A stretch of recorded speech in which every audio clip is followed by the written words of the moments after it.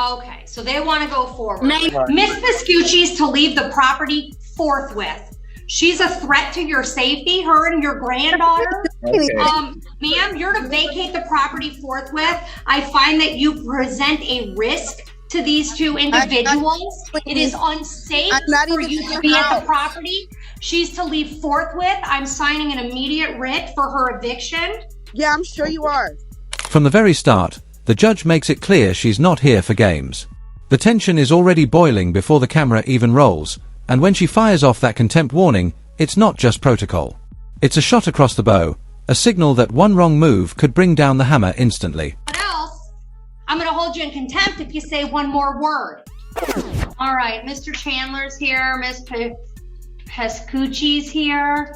Can you unmute? This is 25010326. Leon Chandler and Renee Chandler versus Kristen Piscucci. Mr. Chandler, can you tell me your name? You're muted. We'll get you going. Yeah. This one apparently has. Ma'am, you have to get off the phone. You're good. Like I'm literally, you're in a courtroom. All right. Guys, I'm on the phone with my grandmother, the homeowner. Okay. Which one of you is Kristen Piscucci? Me. You are. Okay. Yeah. All right, Mr. Chandler's here. Mr. Chandler, tell me your first and last name. You need to unmute. I'm asking you to unmute. Got it? Good. Yep, tell me your first and last name. Leon Chandler. All right, and Ms. Piscucci, can you tell me your name? I'm sorry if I'm butchering your last name. It's okay. It's Chris Piscucci. All right, so we're here today. There was a dismissal that was filed, Right. and then there was a motion to set aside the dismissal. So we're here today. Where is Renee Chandler? She's on the phone. That's actually who the person next to me is talking to. All right, well, where's Renee Chandler at, Mr. Chandler? She's in the house. No, wait 1 second. Mr. Chandler, where's Renee Chandler? She's in the other room. You want me to get her? Yeah, you two both have to come into court. It's both of your motion. So she doesn't need to be on the phone with the other party. She needs to be in the... Total chaos.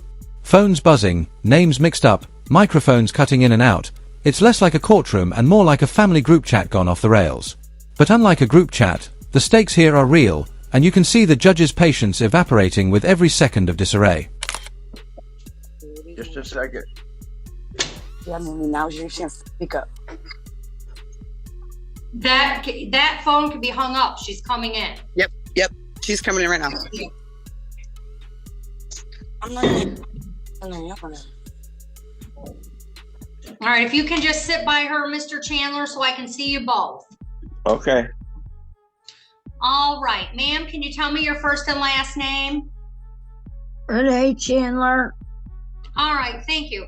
All right, so we had a motion that was filed. Originally, there was a demand for possession of the house. It was a termination of tenancy, essentially, and then it was set aside. The case was dismissed. Right. And we had notice of dismissal that was signed by Renee Chandler. And then we had a motion to set aside the dismissal. So, Ms. Chandler, you and Mr. Chandler, do the two of you, can you raise your right hands, both of you? Do you solemnly swear or affirm to tell the truth, the whole truth, and nothing but the truth, so help you God? Yes. All right, do the two of you own a home together? Yes. All right, and where is the home that you own? Is that the one on Holland? Yes, ma'am. Do you also own a home on Two? Exactly. Once the judge zeroes in on the fact that this is really a fight over property, the whole vibe shifts. What sounded like a messy personal spat suddenly locks into legal territory. And in court, ownership isn't just paperwork, it's power. Whoever can prove it, controls the outcome. Okay? I'm sorry. Okay, act like it. Miss Chandler, so this suit was originally filed. I'm understanding that this is your granddaughter, is that correct? Yes. All right, are you feeling Oh, no, pressure? I'm sorry. Excuse me, Judge. Yes? No, it's not my granddaughter. It is My granddaughter's friend. my granddaughter's friend. All right, Miss Pascucci. So she's not a family member. She's just someone that's residing at the location with your granddaughter. Yes. What's your granddaughter's name? Logan Renee McNutt. All right. Now, Mrs. and Mr. Chandler, is it your testimony to this court that you want Miss? Right. This is the turning point. Once it comes out that Pui isn't even family, just a friend, the entire foundation of her argument weakens. Courts weigh blood ties heavily in disputes like this, and without that connection, her standing crumbles fast. What felt like a family feud now looks more like an outsider trying to stake a claim. My name is Judge Shackleford. Judge I'm the judge. Okay. Okay. Yes, ma'am. I stay actually outside on their property in a trailer because I'm actually homeless. I'm trying to find somewhere to go. They know that. That's the only reason that I'm actually here. I don't even really go in their house unless it's to shower or to cook. But I actually bought a burner from Family Dollar to be able to cook my food out here. So I don't have to use the bathroom in the house either. I bought a bucket with some trash bags. So I don't even have to go in their house. I know, but you can't miss Pascucci. I'm sympathetic to your circumstances, but that's their property. And it's their home. And if they don't want you there, you can't stay there. Leon does not. I have voice recordings of her saying that. I don't care. She's in court. She's under oath. She's advised me that she wants you to vacate the property. Under oath, ma'am. Okay, you have to vacate the property. You have 10 days to vacate. More than that, I don't have a job right now. I need. All right, ma'am, this is the law. I understand. And I don't, okay, well, I want you to understand that's the law. You have 10 days. I can tell why they want you out because you think you can talk over people and yell. You have 10 days to vacate the property. Mr. and Mrs. Chandler. Exactly. That detail makes the whole case sting. You can feel the human struggle, but the law doesn't bend for hardship. The judge acknowledges the reality. She's living rough, surviving day to day, but then draws the hard line. Ownership wins over sympathy. It's one of those moments where the courtroom feels brutally cold, because the law isn't about fairness in feelings, it's about rights on paper.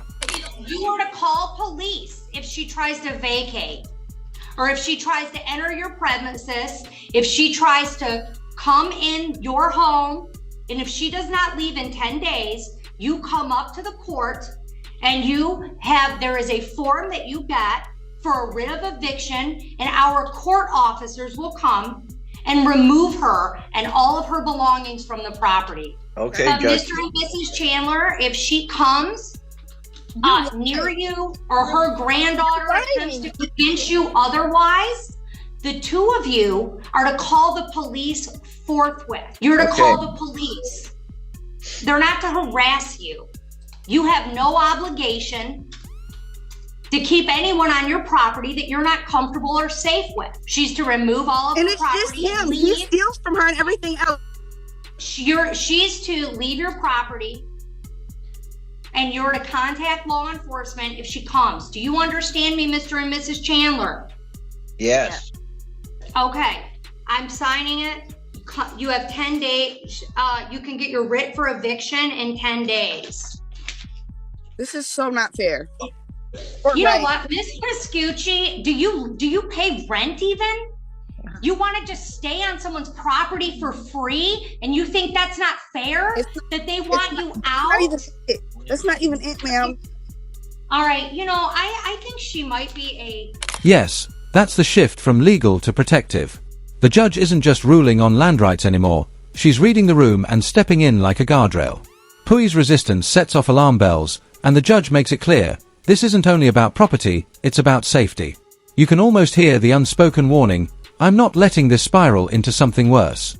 your safety, Mr. and Mrs. Chandler. She clearly cannot control herself. The allegations, Mr. Chandler, Mrs. Chandler. Who's that? Who is that behind you? Mr. and Mrs. Chandler, who is that at the door behind you? That's my... Your granddaughter? No. Yeah. My granddaughter came in the bedroom just now. And she's All right, arguing and if she, with my... Miss Pascucci's to leave the property forthwith. She's a threat to your safety, her and your granddaughter. Okay. Ma'am, you're to vacate the property forthwith. I find that you present a risk to these two individuals. It is unsafe I'm not for even you in to your be at house. the property. She's to leave forthwith. I'm signing an immediate writ for her eviction. Yeah, I'm sure you are. I am. And you know what else? I'm going to hold you in contempt if you say one more word. Mr. and Mrs. Chandler, do you need to have your granddaughter vacated? No, we can handle my granddaughter. Okay. She's to leave the property immediately. I'll sign a writ now. Okay. Okay? If All right. if she comes in your home, if she makes any threats towards you, if she does not leave forthwith, you're to call the police. Okay. Are we clear? Yes, ma'am. All right, she's to vacate forthwith. I'll have the clerk bring up paperwork. Mr. and Mrs. Chandler, you can come up to the court and get your writ today. I need to fill that out. Okay, come on up to the court. Okay, thank you. All right, thank you. Exactly. That scream isn't just noise, it's the sound of someone unraveling in real time. But the judge stays steady, almost stone cold, because she's seen this before. No raised voice, no hesitation, just the final verdict dropped like a hammer. The calm against that chaos makes the whole moment even more unsettling. Is that her screaming in the background? Yeah, it's okay. That's my granddaughter. Okay. It's just your granddaughter screaming. It's not Right. the other individual? No, the other individual is not in the house. All right. What do you do if she comes in the house? We ask her to leave or call the police. And yes, sir. All right, you're all set. Have a good day. Okay, thank you, Judge. Yeah. All right. Mr. and Mrs. Chandler, are there any further issues? Has she shown up at your house? I can't hear you. You're muted. Just my granddaughter, and she's gone. Okay. So you're Okay. all set? Yeah, we're all set. You feel unsafe. You know what you're supposed to do, but you can disconnect your, yep, tell them to leave, call the police. But you're all set for the day. You're free to leave court.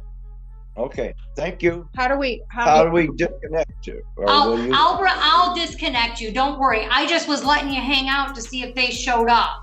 But I'll Yeah. remove you now, and if you need the police. And that's the wrap up. But it's not closure, it's just the silence that follows a storm. The tension doesn't vanish, it just hangs in the air, leaving everyone to deal with the fallout.